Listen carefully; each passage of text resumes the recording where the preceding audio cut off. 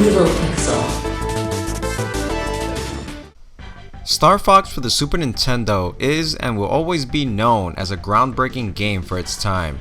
With its cutting-edge 3D polygonal graphics, seeing this game in action in the early 90s was truly jaw-dropping.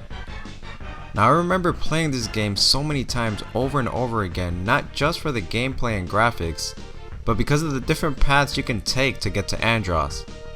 This game was truly one of a kind. And so in today's video, we'll be discussing the beta of Starfox for the Super Nintendo, also known as NESglider. As stated previously, Starfox is one of Nintendo's most popular IPs, and quickly became a fan favorite. So much so that he's even left his R-Wing to go on adventures on foot, and even to do a bit of hand-to-hand combat in Smash Bros. But what many people don't know is how this game got its start. Now, had it not been for a small British indie developer called Argonaut Games, Starfox could have never existed. Argonaut Games was founded in 1982 by a 16-year-old named Jeremy Elliott Sand, also known as Jez Sand. Jez Sand began coding and showing interest in video games during a very early age, and supposedly taught himself coding language by the age of 13. He started developing his first game, Skyline Attack, for the Commodore 64 in 1984. And he was also a wizard admin for SX Mud, which is reported to be one of the world's first MMOs. This guy definitely had a bright future ahead of him. Argonaut then went on to develop 3D Starglider, a game for the Amiga and the Atari ST. Now this game was very advanced for the time, and because of this, Argonaut Games began getting onto the map. As far as game development is concerned, people were beginning to notice them.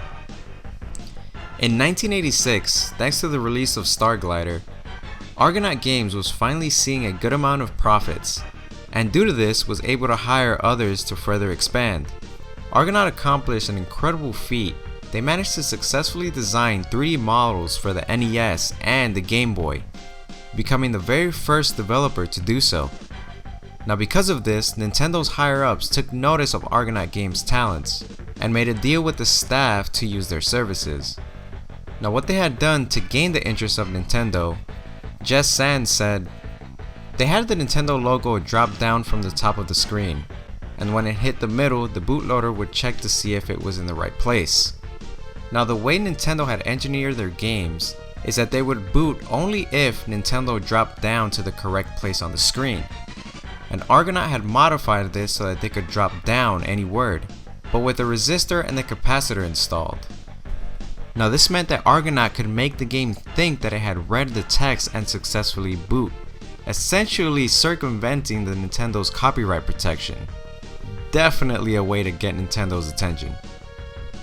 It was during this time that Nintendo and Shigeru Miyamoto became interested in 3D graphics, and more specifically for the Game Boy.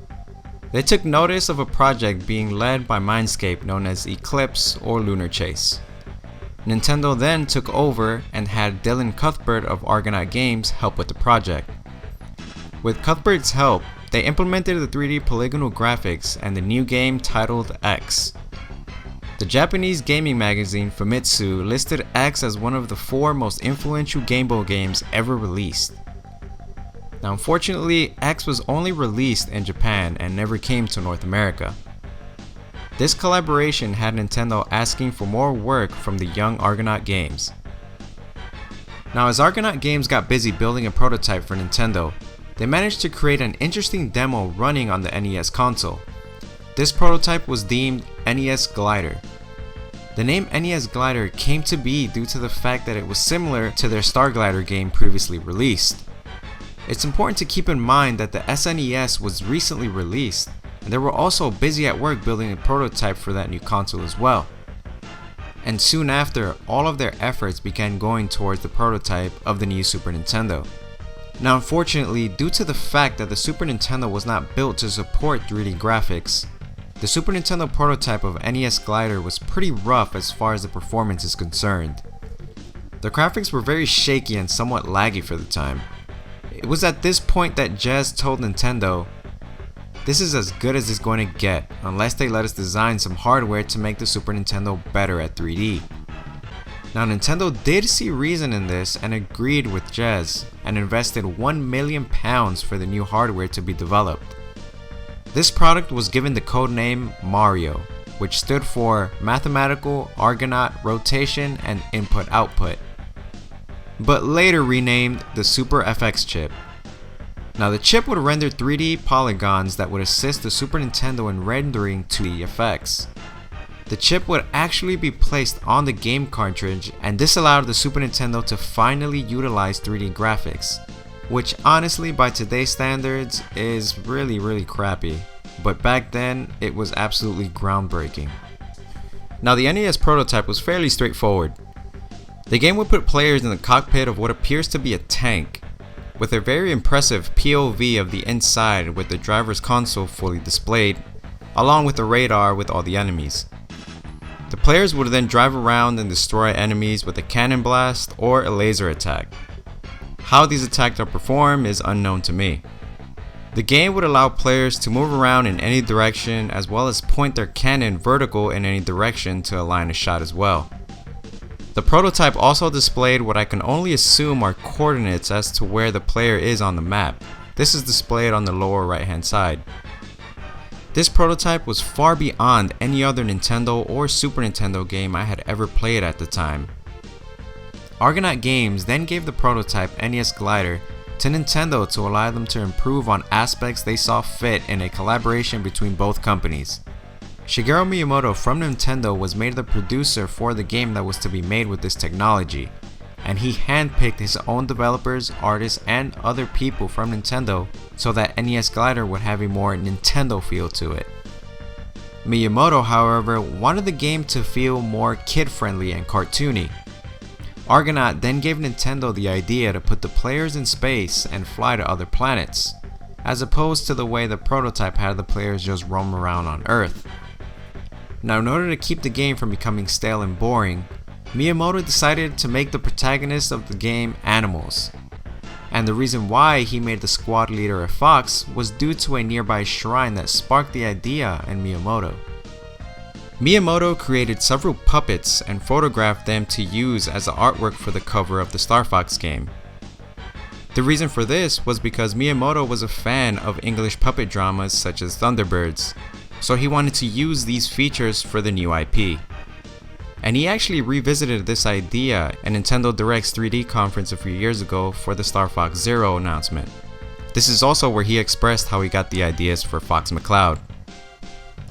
The FX chip was later used on other titles such as Stunt Race FX, Winter Gold, Dirt Racer, the SNES port of Doom, the unreleased Star Fox 2 sequel, Super Mario World 2 Yoshi's Island, and of course Vortex, which is a hidden gem and one of the most overlooked games on the Super Nintendo. If you haven't played this game and you love Star Fox, please do yourself a favor and check this game out. Now it is said that many other developers thought about using the technology but were too unfamiliar with it and didn't want to risk tackling such a task. Now personally, I feel that Argonaut Games doesn't get the recognition they deserve for this game, and the technology to further the Super Nintendo to its limits. If it wasn't for Argonaut Games and Jez Sands, this hugely popular franchise would not have come to existence. It was one of the first times developers would collaborate in such a fashion to bring us these kind of groundbreaking games. Now aside from everything else, Argonaut did also go on to start development on Star Fox 2 for the Super Nintendo, which is a whole nother video in itself. Now unfortunately, in October of 2004, Argonaut had to lay off 100 employees and was put up for sale. This was reportedly due to lack of deals with publishers, which had led cash flow problems. Then in 2005, the company was put into liquidation, and then by 2006, the company had completely been dissolved. And if you're wondering what happened to Jez Sands after Argonaut, he founded Crunchy Frog Ltd, which in 2005 became an online poker company, PKR, which is still going strong today and is associated with some very powerful people in the online marketing business. So I'm pretty sure he's doing just fine. And that is what we know of the beta of Star Fox, aka NESglider. Thank you guys for watching. Check out some of our other videos if you'd like. And don't forget to follow us on Twitter and give us any suggestions for any future videos. and I'll catch you all next time.